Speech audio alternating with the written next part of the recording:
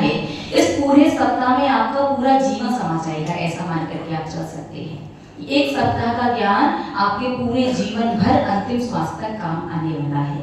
इसलिए बिना लापरवाही के पूरे ध्यान के साथ आपको विषय को सुनना है और समझने का प्रयास करना है। ठीक है। एक व्यक्ति जीवन में पहली बार शादी के बाद अपने ससुराल गया। सासू माँ ने उसके स्वागत आओ भगत के लिए बहुत प्रकार के व्यंजन वगैरह बनाए भोजन में, और भोजन के अंत में उसे एक चीज दी जिसका नाम था खिचड़ी। उसने सारा भोजन किया, खिचड़ी खाई, और उसे सारे भोजन में सबसे ज्यादा अच्छी खिचड़ी ही लगी, और पूरे जीवन में उस व्यक्ति ने पहली बार खिचड़ी खाई।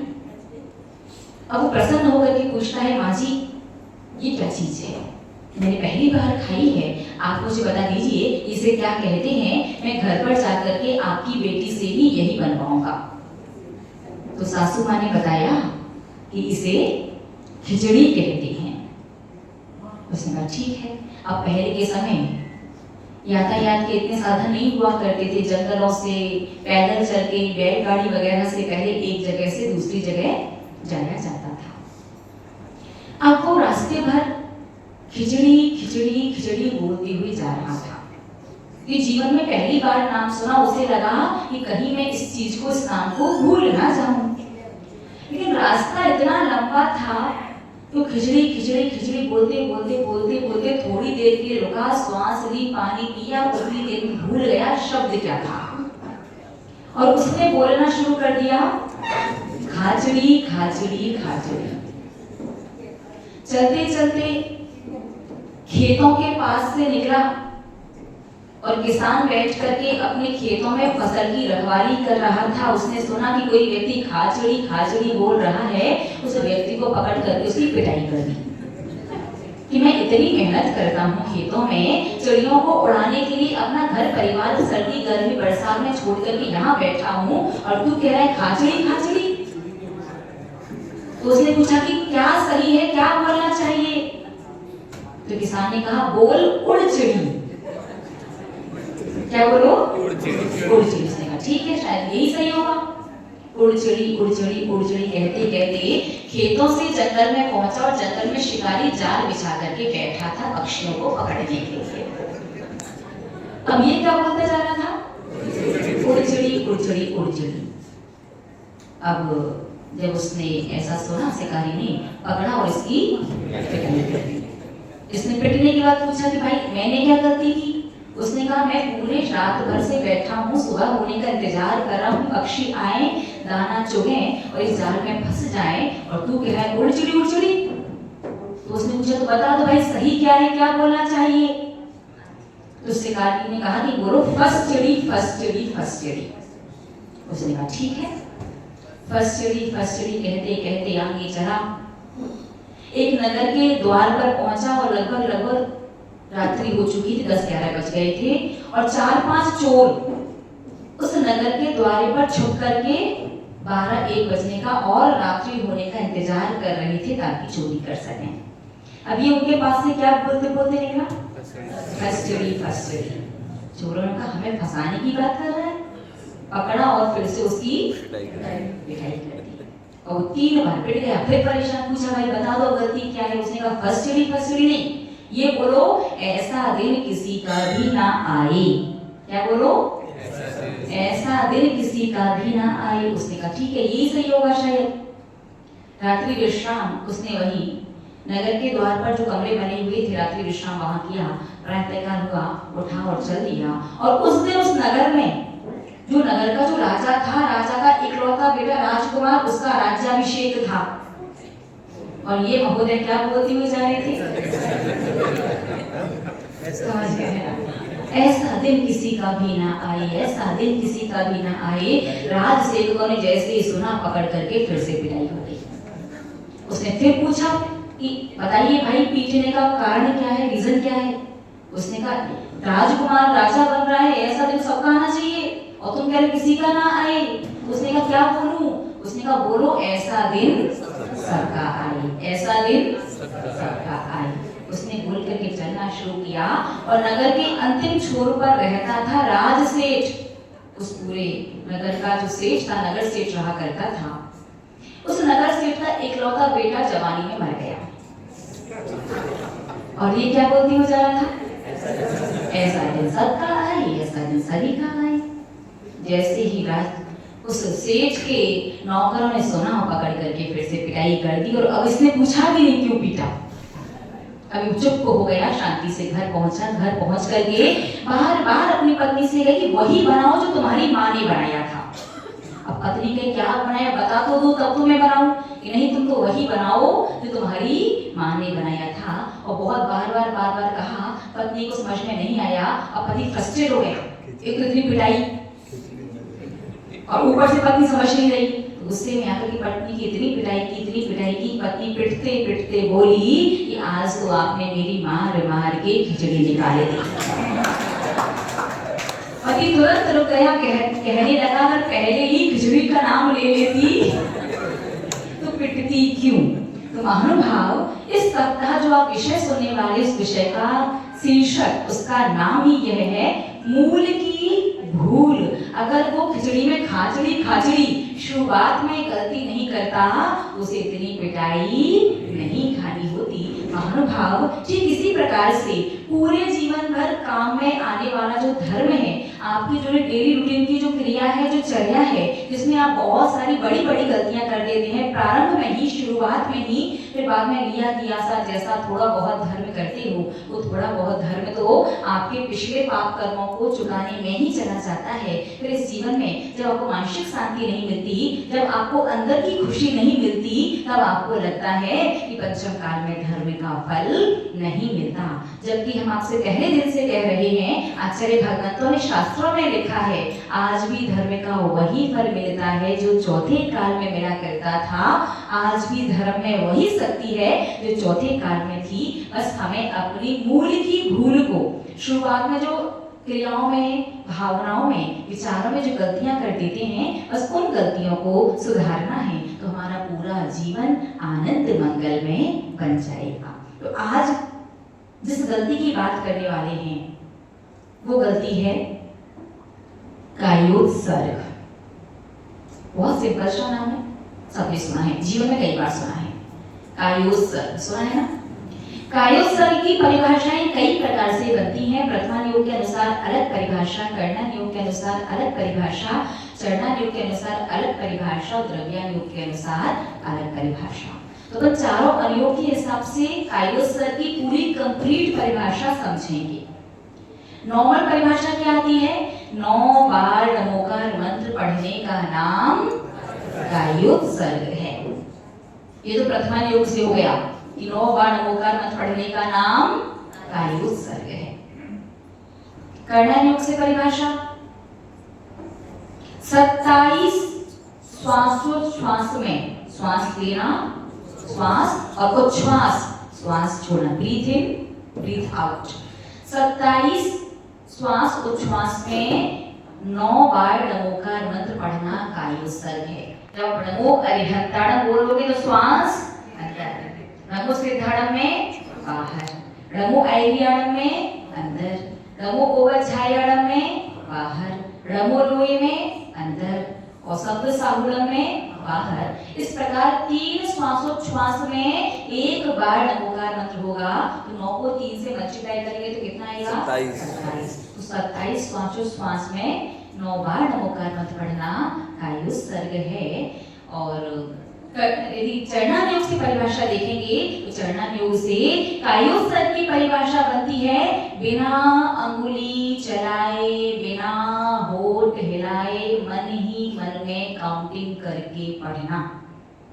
अंगुली चलाना चरणन योग के अनुसार कायोत्सर्ग का एक दोष है। अंगुली चला करके पढ़ने से आपके कायोत्सर्ग का किंचित मात्र, ज्यादा नहीं, बहुत ना के बराबर पुण्य फल कम हो जाता है। और द्रव्यान योग से देखा जाए तो शरीर से ममत्व का त्याग करना, जितनी देर आपको उस श्वासोच्छ्वास पूर्वक 9 बार नमोकार मंत्र पढ़ने में लगेगा, उतनी देर के लिए मैं कहाँ हूँ, गर्मी है, सर्दी है, कौन आया, कौन गया, किसका मुझे पैर लगा, मच्छर ने काटा, कि कमर में दर्द हो रहा है, नीचे बैठा नहीं जा रहा है, थक गया हूँ, कोई एहसास ना हो।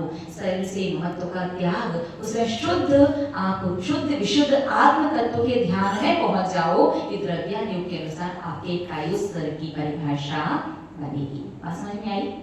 अब इस प्रकार से अलग अलग परिभाषाओं के द्वारा अलग अलग तरीके से श्रावक को समझाया जाता है। जिस श्रावक की क्षमता कैपेसिटी अगर गाय के दूध को पानी मिला करके पचाने की है, उसी का भाई जाओ जैसे समझ में आए वैसे कर लेना, बस कम से कम 9 बार नमोकार मंत्र जरूर पढ़ना। जिसकी क्षमता गाय का नॉर्मल दूध पचाने की है बिना पानी के, उससे कह दिया कि भाई उंगली मत चलाना, बाकी जाके 9 बार नमोकार मंत्र पढ़ लेना। जिसकी क्षमता भैंस का दूध अच्छा प्योर निपनिया समझते बिना पानी का, भैंस का दूध हो, किसी का भी दूध बिना पानी का पचाने की शक्ति है, उसका कह दे कि भाई श्वासोच्छ्वास के साथ पढ़ना, उंगली भी नहीं चलाना और 9 बार पढ़ना। और जिसकी क्षमता घी पचाने की है, उसके लिए कह दिया कि शरीर से ममत्व रहित निज आत्म तत्व का चिंतन करते हुए 9 बार नमोकार मंत्र पढ़ना कायु स्तर कहलाता है। 4 परिभाषाएं समझ में आई? अब मुख्य बात सुनिए कि हम आपको समझाना क्या चाहते हैं। यद्यपि चरणा योग के अनुसार अंगुली चलाना दोष है, किंचित मात्र आपका पुण्यफल कम हो जाता है, लेकिन फिर भी आपको लगता है कि अगर अंगुली नहीं चलाएंगे, काउंटिंग नहीं करेंगे हाथ से गिन करके, तो आप भूल जाओगे। याद रखना 9 से यदि कम नमोकार मंत्र पढ़ा है और यदि आप पढ़े कि एक आध भूल चूक का एक्स्ट्रा पढ़ लो, 9 से ज्यादा पढ़ा है तो 9 से ज्यादा या कम आपका कायोत्सर्ग नहीं कहलाएगा, वो 8 बार या 10 बार नमोकार मंत्र पढ़ना कहलाएगा। एक कायोत्सर्ग करने में जो क्षुद्र पाप आपने अर्जित किया है, लघु दोष जो आपसे हो जाते हैं, लघु दोष और क्षुद्र पाप पूरा की पूरा क्षय हो जाता है, नष्ट हो जाता है। बिना कुछ साधना किए भी एक कायोत्सर्ग से वो पाप समाप्त हो जाता है। इतना फल एक कायोत्सर्ग का आचार्य भगवंतों ने शास्त्रों में बताया है कि आपने 8 बार या 10 बार पढ़ लिया, 8 या 10 बार नमोकार मंत्र पढ़ने का पुण्य फल तो मिलेगा, लेकिन एक कायोत्सर्ग करने से जो दोष जो पाप की निर्जरा होती है वो कार्य बोलिए ना नहीं होगा। तो 9 मतलब बिल्कुल ध्यान रखना पड़ेगा। और कायोत्सर्ग में ये भी ध्यान रखना पड़ेगा, याद रखना ओम नमः और ओम अस्या उषा नमः, ओम और अस्या उषा ये भी लघु नमोकार मंत्र ही हैं। क्या है? लघु नमोकार मंत्र। लेकिन आप ओम नमः बोलते हो या ओम अस्या उषा नमः बोलते हो तो याद रखना ये मंत्र बोलने से लघु नमोकार मंत्र तो कहलाता है ये मंत्र, लेकिन ये मंत्र बोलने से पढ़ने से आपको एक मंत्र पढ़ने का ही पुण्य मिलेगा। कितना पुण्य? एक मंत्र। आप जितनी बार भी ये मंत्र पढ़ेंगे उतना मंत्र आपको एक मंत्र ही उतनी बार पढ़ने का पुण्य। लेकिन वही आप 5 पद 35 अक्षर 58 मात्राओं वाला नमोकार मंत्र पूरा पढ़ते हैं तो आपको नमोकार मंत्र को जितनी बार पढ़ोगे उतनी बार 84 लाख मंत्रों को पढ़ने का पुण्य। अंतर समझ में आया? अगर एक बार पूरे 5 पद वाला नमोकार मंत्र पढ़ा है तो 84 लाख मंत्रों को एक बार पढ़ने का पुण्य मिलेगा।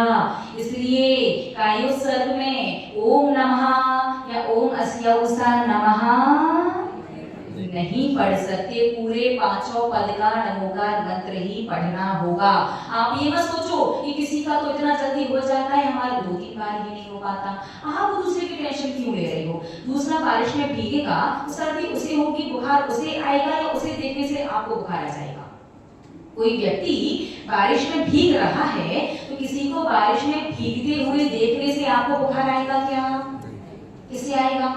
बिना मौसम की बारिश में भीगा है, तबीयत खराब उसकी होगी ना कि आपकी। तो कौन व्यक्ति कितना जल्दी कर लेता है, कैसे कर रहा है, ये मत देखिए मैं कैसे कर रहा हूँ, मुझे कैसे करना चाहिए, इस बात पर ध्यान देना है। तो जब भी बात कायोत्सर्ग की आएगी तो आपको क्या करना है? 9 बार पूरा नमोकार मंत्र ही पढ़ना है।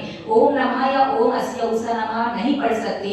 और ओम ह्रीम नमः जो ये मंत्र है ये लघु नमो, यद्यपि ओम में पंच परमिष्टि आती है, लेकिन साथ में क्या लगा है, ह्रीम जो शब्द जुड़ा है, ह्रीम 24 तीर्थंकर का वाचक है, इसलिए ओम ह्रीम नमः लघु नमोकार मंत्र नहीं कह सकते। ठीक इसी प्रकार से ओम ह्रीम अर्हम अस्य उषा नमः जो ये मंत्र है ये भी अनंतानंद सिद्धों का मंत्र है, सिद्ध चक्र विधान का मंत्र है, इसे भी लघु नमोकार मंत्र नहीं कह सकते।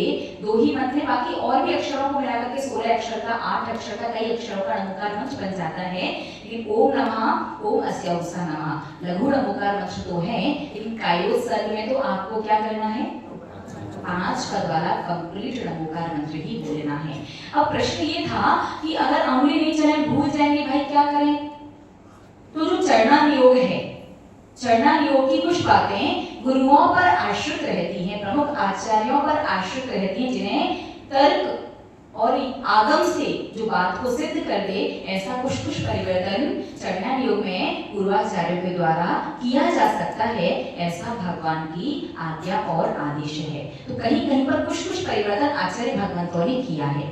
आप यदि पूछें आगम के अनुसार कायोत्सर्ग कैसे करना चाहिए अंगुली चला करके, तो आगम ने अंगुली चलाने के लिए निषेध मना किया गया है, चलाओगे तो किंचित मात्र पुण्य फल कम हो जाएगा। लेकिन वही पूछो गुरु परंपरा में कैसे चलाना चाहिए, तो गुरु परंपरा में अपन देखेंगे जो अभी वर्तमान में मूल परंपरा जो 21वीं सदी से 20वीं सदी से चली आ रही है, आचार्य भगवंत चारित्र चक्रवर्ती शांति सागर जी महाराज की परंपरा, उनकी परंपरा जो चली आ रही है, उस परंपरा में आगम से और तर्क से क्या सिद्ध किया गया है, आगम और तर्क से ये सिद्ध किया गया है, यद्यपि आप चाहे रिंग फिंगर से पढ़ो ऐसे या फिर मिडिल फिंगर से, बनेगा वो ओम जैसा ही दोनों में। ना तो ये पहली अंगुली बेकार होती है, ना ये लास्ट की अंगुली बेकार है, ये अंगुली बेकार है इसलिए से इन्वॉल्व मत करो, ये बेकार है इसको मत करो, ऐसा कुछ भी लॉजिक नहीं है। ये तो आप लोगों ने बाद में अपनी बुद्धि उसमें डाल दी है, ठीक है, चाहे यहाँ से करो चाहे यहाँ से करो, बनता ओम ही है। लेकिन परंपरा से क्या विधि चली आ रही है, तो परंपरा से चला आ रहा है मध्यमा अंगुली के मध्य से, मतलब यहाँ से वाई। क्यों? क्योंकि मध्यमा अंगुली पीत रेशा को रिप्रेजेंट करती है। कौन सी रेशा को? पीत रेशा को। और पीत रेशा के मध्यम अंशों में यदि आपको आयु बंद होगा तो आप पूरी संभावना है कि वैमानिक देव ही बनोगे। भावनात्रिक में चले गए वो गलती कुछ आपकी हो सकती है, नहीं तो अगर आपने अच्छे से कायोत्सर्ग किया, 1-9 बार नमोकार मंत्र पढ़ना भी इस भाव में आपको ऊपर के वैमानिक देवों की पर्याय में ले जा सकता है। आप तो भी अब बनिया हो, थोड़े समय में ज्यादा मुनाफा। 9 बार नमोकार मंत्र, 9 का अंक शाश्वत है, 9 बार पढ़ने का मतलब शाश्वत पद की प्राप्ति अर्थात मोक्ष की प्राप्ति की कामना भी की है, कर्मों की निर्जरा भी की है, अशुभ के फल से भी बचे हो, और साथ ही साथ में अगर आप अंगुली चला करके कर रहे हो, किंचित मात्र पुण्य कम तो हुआ, लेकिन यहाँ से करने से आपने अपने पुण्य को किस ओर मोड़ दिया कि इस भाव में तो भाई मोक्ष मिलने से रहा। और ग्रस्त पर्याय, ग्रस्त अवस्था में तो चौथे काल में भी मोक्ष नहीं मिलेगा, तो निगोद नरक तिर्यंच और वापस मनुष्य से मनुष्य बनने से बेहतर है वैमानिक ऊपर की देव पर्याय प्राप्त करो, ताकि कोई भी रास्ता चलता हुआ व्यक्ति मंत्र विद्या के माध्यम से आपकी बुद्धि को बांध ना सके। आजकल देखते हैं संसार में तंत्र मंत्र वगैरह होते हैं, जो सामान्य छोटे वाले व्यंतर जाति वगैरह जो देव होते हैं, तंत्र मंत्रों के माध्यम से उनकी बुद्धि को बांध दिया जाता है, उन्हें कीलित कर दिया जाता है, और उनसे तांत्रिक वगैरह लोग जो हैं या मंत्रवादी लोग जो हैं वो अपने अनुसार बहुत सारे कार्य सिद्ध वगैरह करवा लेते हैं। पुण्यों जैसे कई बार कार्य सिद्ध हो भी जाता है और कई बार नहीं भी होता है। छोटा मोटा सामान्य देव बनने से बेहतर है कि ऊपर का वैमानिक देव बनो और भगवान के समशरण में जाकर के अच्छी उनकी भक्ति करो। तो मध्यमा अंगुली पीत रेशा का प्रतीक, पीत रेशा के मध्यम अंशों में आयु बंद होगा तो ज्यादातर संभावना वैमानिक देव पर्याय की है। भगवान अंगुली चला रहा हूँ क्योंकि मैं भूल जाऊंगा, कम या ज्यादा कर दूंगा तो और मुसीबत हो जाएगी, तो किंचित मात्र पुण्य फल भले ही कम हो जाए, लेकिन इस भाव के बाद मेरी जब भी मरण हो, जब भी मेरी गति बने, ऊपर की वैमानिक देव पर्याय देव गति ही बने तो आपको कायु स्तर कहाँ से करना होगा? मध्यमा के मिडिल फिंगर 1 2 3 4 5 6 7 8 9, ठीक है। और जब आप कायु स्तर यदि सामान्य कायु स्तर कर रहे हैं तो आप कैसे भी मतलब 9 इस प्रकार से गिन लो, लेकिन जब भी आप प्रायश्चित का कायु स्तर करें या आप चाहें कि आपको कायु स्तर का पूर्ण फल प्राप्त हो तो आपको एक और बात ध्यान रखनी है। अगर आप बिना अंगुली चलाए कर रहे हो तो आपको सम्यक दर्शन, सम्यक ज्ञान, सम्यक चारित्र बोलने की आवश्यकता नहीं है। लेकिन जैसे जब आप माला से माला करते हो तो बाद में कहाँ चढ़ते हो? सुमेरु पर्वत पर। सम्यक दर्शन, सम्यक ज्ञान, सम्यक चारित्र सुमेरु पर्वत पूर्णता का प्रतीक है और ऊर्ध्वगमन का प्रतीक है। ठीक ऐसे ही बिना अंगुली चलाए करो तो 9 बार नमोकार मंत्र पढ़ो और आगे बढ़ो, ठीक है। लेकिन जब अंगुली चला करके करो और विशेष रूप से प्रायश्चित का करो और विशेष रूप से चाहो कि आपको आपके कायु स्तर का पूर्ण फल प्राप्त हो, आपने 9 बार नमोकार मंत्र जब पढ़ लिया उसके बाद सम्यक दर्शन, सम्यक ज्ञान, सम्यक चारित्र, नमोस्तु भगवान, इस प्रकार से एक कायु स्तर पूर्ण होगा, ठीक है। तो कायु स्तर मूल में जो ऐसो पंच वाली जो गाथा है ये नमोकार मंत्र के महत्व की, महात्म की गाथा है। जैन धर्म अनुसार, दिगंबर जैन परंपरा अनुसार 5 पद 35 अक्षर 58 मात्रा, रिपीट 5 पद 35 अक्षर 58 मात्राओं से ही 83,99,999 मंत्र बनते हैं। और एक नमोकार मंत्र 5 अक्षर 35 नहीं 5 पद 35 अक्षर 58 मात्राओं से 84 लाख मंत्र बनते हैं। वहीं जैन धर्म की श्वेतांबर परंपरा जो है वहां पर नमोकार मंत्र के 5 पद नहीं 9 पद गिने हैं। उनकी अक्षर भी बढ़ते हैं, उनकी मात्राएं भी बढ़ती हैं, वो 9 पद को ही कंप्लीट नमोकार मंत्र मानते हैं। इसलिए श्वेतांबर परंपरा में नमोकार मंत्र के साथ साथ ऐसो पंच नमो यारो वाली गाथा भी पढ़ी जाती है। तो दिगंबर संप्रदाय वाले कितने पढ़ेंगे पद? और श्वेतांबर संप्रदाय वाले 9 पद पढ़ेंगे। आपको अलग से ऐसो पंच वाला पढ़ करके करना है। आप नमोकार मंत्र के साथ ऐसो पंच वाली गाथा पढ़ के कर लो, लेकिन ऐसो पंच वाली गाथा लगा करके करोगे एक माला का पुण्य। और कायु स्तर तो लगा ही नहीं सकते, माला फेर सकते हो ऐसो पंच वाली गाथा लगा करके, लेकिन सिर्फ 5 पद का नमोकार मंत्र पढ़ोगे तो 84 लाख मंत्रों की एक माला करने का मतलब एक नमोकार मंत्र की माला करने के बाद भी 84 लाख माला करने का पुण्य फल प्राप्त होता है। तो कायु स्तर में तो ऐसा पंच लगा ही नहीं सकते, लेकिन बाकी माला करना चाहो तो चॉइस इज योर्स, कर सकते हैं। एक माला में एक माला का पुण्य मिलेगा और 5 पद पढ़े 84 लाख मंत्रों की एक माला करने का पुण्य, 84 लाख माला करने का पुण्य फल प्राप्त होता है। दर्शन करते समय हाँ, दर्शन जो है वो आप इसीलिए कर रहे हैं भगवान पूर्वकृत पिछला जो है वो तो पाप निर्जीर्ण हो जाए और आगे के लिए पुण्य फल अरिहंता तीव्र और सातवें पुण्य फल की प्राप्ति हो, उसका बंध हो। देव दर्शन की विधि में यदि आप बिना अंगुली चलाए करो, सही विधि वही है, उससे 9 बार नमोकार मंत्र पढ़ना है। जब बैठ करके आप अंगुली चला के कायु स्तर करो तो पूर्ण सही कायु स्तर तभी कहलाएगा जब सम्यक दर्शन, सम्यक ज्ञान, सम्यक चारित्र, नमोस्तु भगवान, फिर खड़े हो जाओ और परिक्रमा लगाओ, ठीक है। वो ऐसा पंच जो भी बोला वो कायु स्तर में या माला में नहीं बोला है। जो दर्शन करते समय हाँ देव दर्शन विधि में वो तो बोलेंगे।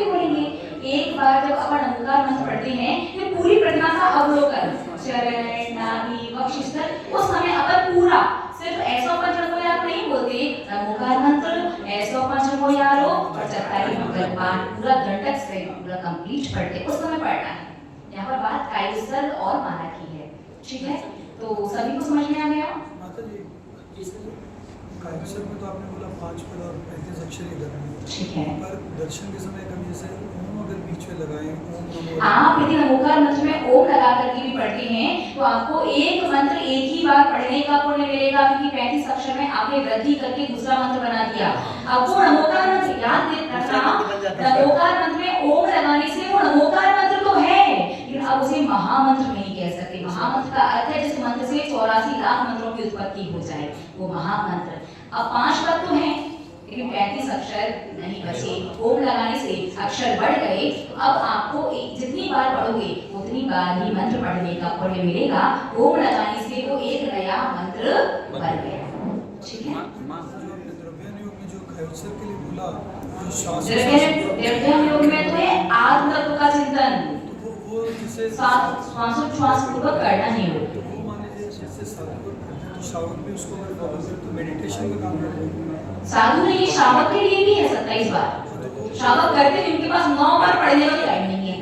और हाँ, एक और दूसरा बात विशेष सुनिएगा, जिनवाणी की स्तुति जब होती है उस समय कायोत्सर्ग विशेष रूप से करना ही चाहिए कि जिनवाणी सुनते समय आपकी अवस्था आकुलता व्याकुलता वाली हो जाती है। भगवान जिनेंद्र देव की वाणी सुन रहे हैं आप, सम्मोषण में दिन में 4 बार, एक बार में 2 घंटे 24 मिनट तक भगवान की वाणी गिरती है और सभा में जितने भी जीव हैं, असंख्यात की संख्या में देव हैं, लाखों की संख्या में श्राविका हैं, महाराज हैं, माताजी लोग हैं, श्रावक हैं, पशु हैं, और सभी लोग 2 घंटे 24 मिनट तक बिल्कुल अटेंशन एंड हाथ जोड़ के ऐसे भगवान की दिव्य ध्वनि को सुनते हैं। और वर्तमान में शरीर का शक्ति और सहना उतनी नहीं है कि आराम से बैठ करके नीचे या हाथ जोड़ करके आप पूरे टाइम जिनवाणी सुन सकें। तो यहाँ वहाँ देख रहे हैं, हाथ नीचे है, सुस्ता के बैठे हैं, ऊपर आप चेयर पर या स्टूल वगैरह पर बैठे हुए हैं, ये मच्छर मक्खी काट गया तो वो भी उड़ा दिया, बुझा लिया, कूलर पंखा चल रहा है कि नहीं चल रहा वो भी देख लिया, पैर वैर का आसन वासन भी बदल लिया, बहुत सारी चीजें आप चेंज करते रहते हैं।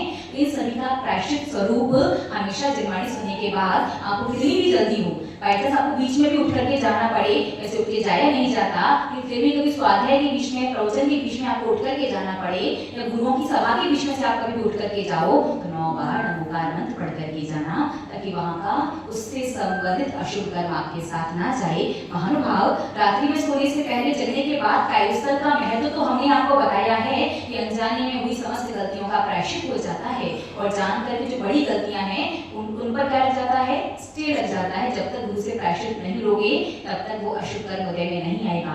और भी बहुत सारी जगह कायोत्सर्ग किया जाता है, जैसे लघुशंका और शौच वगैरह जाते हैं, साधु लोग तो कायोत्सर्ग करते ही हैं, श्रावक भी कर पाए, बहुत अच्छी बात है। लघुशंका शौच वगैरह से आप जब होकर के आओ, पैर धो करके बाहर आकर के 9 बार नमोकार मंत्र भी पढ़ते हो ना, वो क्रिया करते समय वो पानी वगैरह नाली वगैरह में भी जाता है, और आपका मोड की तो भाई पूछो ही मत, पंचेंद्रिय कितने जीवों का, भाई कितने जीवों का घात कर देते हो। उन सारे जीवों को जो कष्ट हुआ है, तकलीफ हुई है, जो सम्मोषण और सूक्ष्म जीव होते हैं ना, उनकी तकलीफ वाला कर्म जल्दी हृदय में आकर के ज्यादा फल देता है। देव शास्त्र गुरु वाला लंबा लेकर के जाएगा, वर्तमान जो छुटपुट छोटे मोटे समस्या लगी रहती है, कुछ ना कुछ वो ये विकृत जीव, सम्मोषण जीव, इनको कष्ट देने से जो कर्म बनता है, वो कर्म वर्तमान में उदय में आकर के आपको परेशान करता रहता है।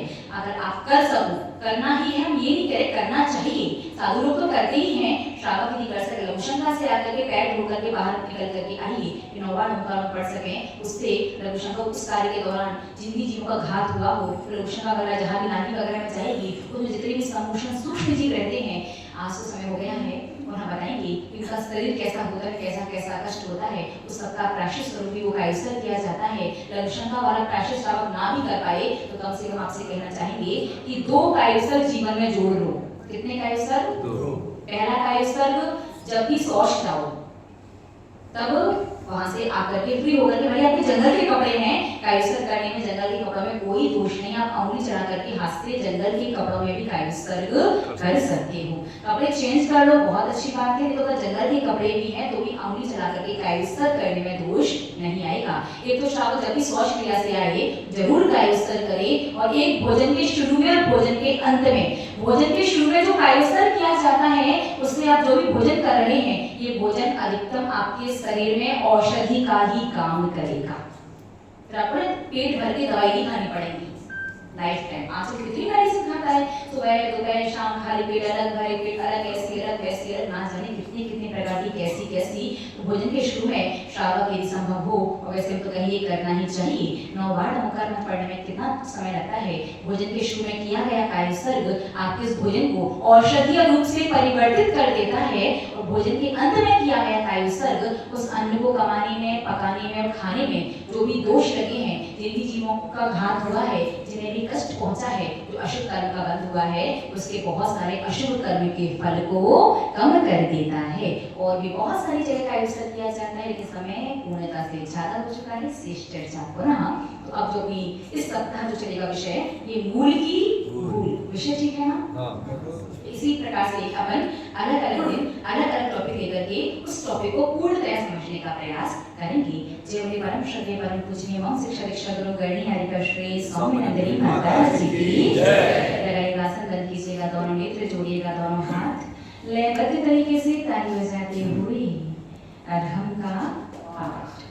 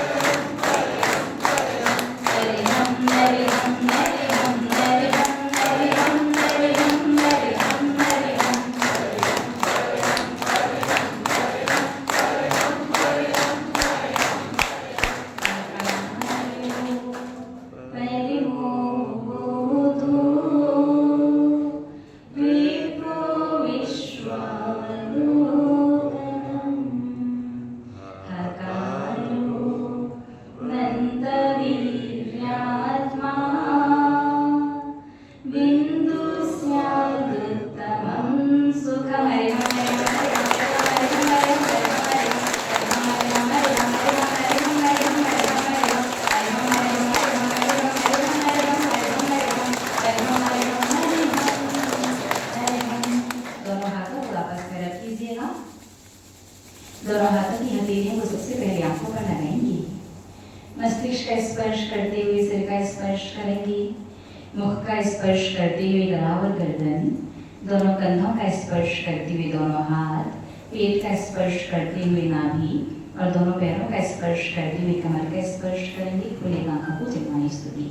एक और विशेष बात, मंगल चातुर्मासी कलश की स्थापना हो चुकी है और जहाँ पर कलश स्थापित होते हैं वहाँ पर बैठ करके कलशों का जो मंत्र होता है उस मंत्र की जाप लगाई जाती है। तो जिन जिन श्रावकों ने कलश लिया है, समय की अनुकूलता बनाएं, थोड़ा सा समय निकालें और कम से कम एक माला प्रतिदिन वहाँ बैठ करके उस मंत्र की करें। मंत्र नीचे लगा हुआ है और जिन्हें कलश नहीं भी मिला है वो भी बैठ करके वहाँ पर जितनी माला करेंगे उतनी मालाओं का, उतने कलशों का 16% पुण्य आपके साथ बिना कलश लिए भी आपके घर पहुँच जाएगा। तो सभी को कम से कम प्रतिदिन एक माला तो अवश्य करनी चाहिए और जो एक से ज़्यादा कर पाए अच्छी बात है और जिन्होंने कलश नहीं लिया है वो एक बार ना भी कर पाए तो कम से कम 27 बार 54 बार जितना बार उसे पढ़ के जाओ, बहुत विशेष वो मंत्र होता है। ठीक है, और जिन्होंने लिया है कोशिश करना कम से कम एक माला। बहुत सिंपल सा छोटा सा मंत्र है, ओम ह्रीं श्रीं अरहम नमः। ठीक है, बोधि समाधि करना, विशुद्धि स्वात्मोपलब्धि से सौख्य सिद्धि, चिंतामणि चिंतित वस्तुदानि त्वं